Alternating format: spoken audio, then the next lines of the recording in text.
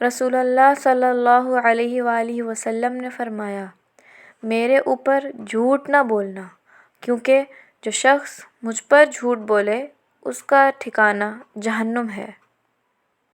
رسول اللہ صلی اللہ علیہ وآلہ وسلم نے فرمایا، ہمارے اور کافروں کے درمیان فرق نماز ہے، جس نے نماز چھوڑ دی اس نے کفر کیا۔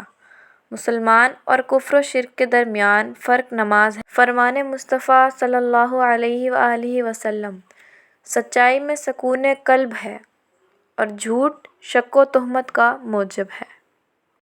حدیث نبوی صلی اللہ علیہ وآلہ وسلم، جس گھر کے دروازے رشتہ داروں کے لیے بند اور جس گھر میں رات دیر تک جاگنے اور صبح دیر سے اٹھنے کا رواج ہو جائے تو وہاں رزق کی تنگی اور بے برکتی کو کوئی نہیں روک سکتا۔